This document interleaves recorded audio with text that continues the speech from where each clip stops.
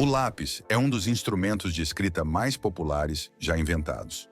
Em todo o mundo, aproximadamente 20 bilhões de lápis são produzidos anualmente, usados para desenhar, colorir, escrever, marcar ou esboçar ideias. Mas você já se perguntou como o núcleo de grafite é colocado dentro do lápis? Hoje vamos descobrir como os lápis de grafite e de cor são feitos, desde o núcleo de grafite até o lápis finalizado que você tem em mãos. A parte interna dos lápis, chamada mina, é feita de grafite. A grafite é uma forma de carbono mineral, cuja exploração começou por volta de 1564, quando o primeiro depósito foi descoberto no norte da Inglaterra. É uma forma natural de carbono cristalino, um dos minerais mais macios que existem. Ao ser esfregado no papel, libera minúsculas partículas, deixando uma marca escura e uniforme. O grafite é encontrado em diversas regiões do mundo, em depósitos formados por processos geológicos que ocorreram ao longo de milhões de anos. Os lápis modernos surgiram em 1795, graças ao químico francês Nicolas Jacques Conté. Ele teve a ideia de misturar pó de grafite com argila e água, moldando essa pasta em finos bastões. Esses pequenos bastões eram então revestidos de madeira, dando origem às primeiras minas de lápis envoltas em uma bainha de madeira. Assim nasceu o lápis, como o conhecemos hoje. O grafite usado na mineração é extraído de pedreiras a céu aberto ou minas subterrâneas. É um minério relativamente raro, difícil de localizar e ainda mais difícil de extrair e trazer à superfície.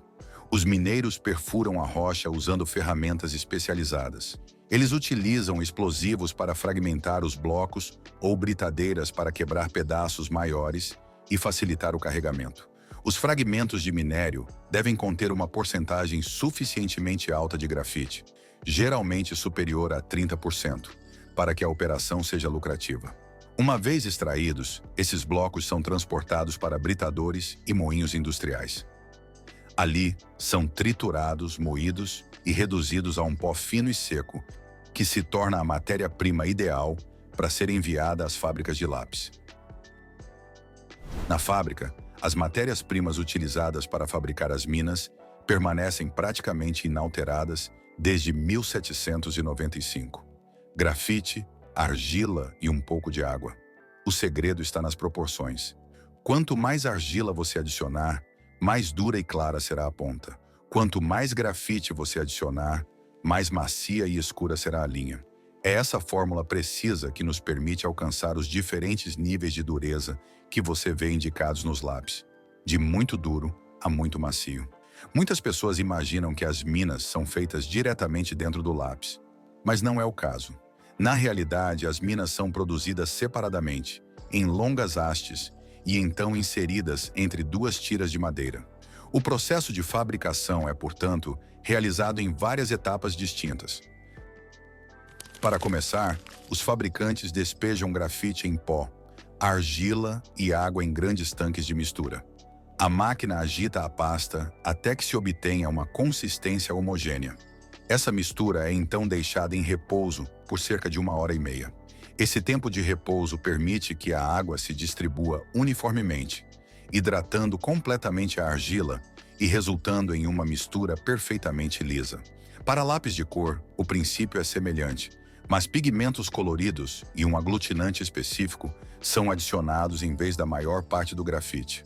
Esse aglutinante pode ser à base de cera ou resina, conferindo ao minério sua textura mais cremosa e cor vibrante. Assim que a mistura estiver pronta, ela é transferida para uma extrusora. Essa extrusora comprime a pasta sob pressão de até 10 toneladas através de uma matriz em forma de funil, criando hastes longas, finas e perfeitamente cilíndricas, que se tornarão o minério. Nessa fase, elas já se assemelham a grafites de lápis, mas ainda são muito macias e frágeis. Para endurecê-las, primeiro são secas em um forno a aproximadamente 120 graus Celsius por cerca de 3 horas. Isso remove o excesso de umidade. Em seguida, no caso das minas de grafite, elas passam por um processo de queima adicional muito mais intenso. São aquecidas a quase 1000 graus Celsius por cerca de 40 minutos. Esse tratamento térmico transforma suas estruturas internas, tornando-as duras e quebradiças, o que garante um traço limpo e preciso. As minas coloridas, no entanto, não suportam tais temperaturas, pois o calor destruiria os pigmentos e o aglutinante. Portanto, elas passam apenas por uma secagem suave. Após o cozimento, as minas de grafite são mergulhadas em um banho de cera. Essa cera reveste a superfície, preenche os poros e torna a mina mais lisa e durável. Quanto mais cera houver, mais facilmente a mina desliza sobre o papel, e mais escura e uniforme será a linha. O excesso de cera é removido em uma centrífuga de alta velocidade. Ao saírem do molde, os chumbos apresentam um acabamento acetinado e estão prontos para serem revestidos em madeira. Em seguida, vem a fase de montagem da madeira no chumbo. Para esta etapa, deve-se escolher uma madeira que seja macia, para facilitar o processamento, e resistente o suficiente para não rachar ou deformar durante o uso. A madeira de cedro é considerada ideal. É leve, fácil de trabalhar e tem um aroma agradável. Os blocos de madeira usados para lápis são geralmente retangulares, com aproximadamente 18 centímetros de comprimento, 7 centímetros de largura e 5 milímetros de espessura. Primeiramente, os fios passam por uma máquina que fresa ranhuras paralelas ao longo de todo o seu comprimento. Essas pequenas ranhuras irão acomodar os terminais. Em seguida, uma cola especial é aplicada no fundo de cada ranhura. Essa cola não só proporciona adesão, como também mantém a mina perfeitamente centrada, evitando que se desloque ao apontar o lápis. Uma roda de metal ou um dispositivo automático coloca então as minas, uma a uma em cada ranhura. Uma segunda placa, idêntica à primeira, é colocada por cima. O resultado é o que os fabricantes chamam de sanduíche. Duas tiras de madeira bem alinhadas com uma fileira de minas entre elas. Esses sanduíches são colocados em prensas e deixados para secar por cerca de 1 hora.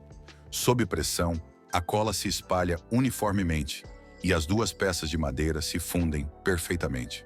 O resultado é um bloco de madeira que parece ser uma única peça, mas que já contém várias minas perfeitamente posicionadas em seu interior.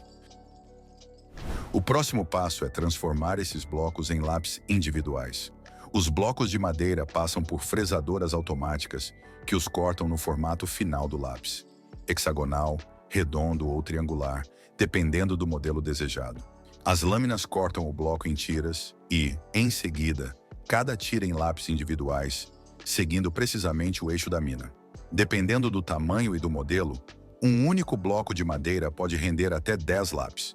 Os lápis brutos resultantes ainda se encontram em seu estado natural, com a madeira nua e a mina exposta em cada extremidade. Em seguida, passam por uma etapa de preparação, inspeção, lixamento leve e remoção de quaisquer pequenas imperfeições. O objetivo é obter uma superfície perfeitamente lisa, pronta para receber a tinta.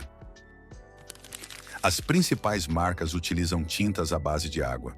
Estas são menos prejudiciais ao meio ambiente, secam rapidamente e não liberam solventes tóxicos, tornando-as mais seguras para uso escolar. Os lápis são frequentemente pintados utilizando sistemas de imersão ou pulverização que garantem uma cobertura uniforme em toda a sua extensão. A tinta é aplicada em várias camadas muito finas. Dependendo da qualidade e do tipo de lápis, podem ser aplicadas de 2 a 8 camadas até se obter uma cor totalmente opaca, durável e brilhante. Em seguida, adiciona-se 1 ou mais demãos de verniz transparente. Este verniz confere ao lápis sua aparência brilhante e superfície lisa, além de proteger a pintura contra arranhões, impactos e desgaste. Após a pintura e o envernizamento, os lápis passam por máquinas de marcação.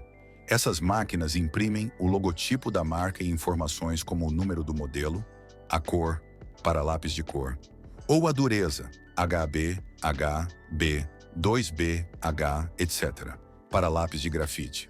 A parte traseira pode ser pintada com uma cor diferente, seja por razões estéticas, para diferenciar determinadas gamas ou para proporcionar proteção adicional à madeira.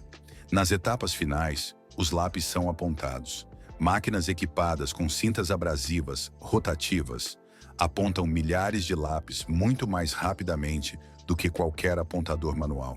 Eles moldam tanto a madeira quanto a mina para criar uma ponta lisa e centralizada. Em seguida, os inspetores verificam visualmente a qualidade das pontas, garantindo que não sejam muito frágeis, quebradas ou descentralizadas.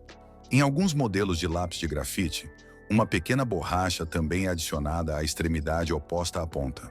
Um anel de metal conecta o corpo do lápis à borracha, sendo fixado mecanicamente para mantê-lo firmemente no lugar. Finalmente, os lápis são separados, contados e embalados em caixas ou estojos, e então colocados em caixas de papelão, prontas para serem enviadas a escolas, escritórios, lojas de artesanato e papelarias em todo o mundo. Dessa forma, mais de 20 bilhões de lápis são fabricados e distribuídos globalmente a cada ano. Na sua opinião, um lápis produzido em massa tem o mesmo valor que um lápis feito à mão? Ou você acha que as máquinas nunca igualarão a mão humana? Compartilhe sua opinião nos comentários. Adoraríamos saber o que você pensa. Se você gostou deste documentário, curta, inscreva-se e ative as notificações para não perder nenhum dos nossos conteúdos.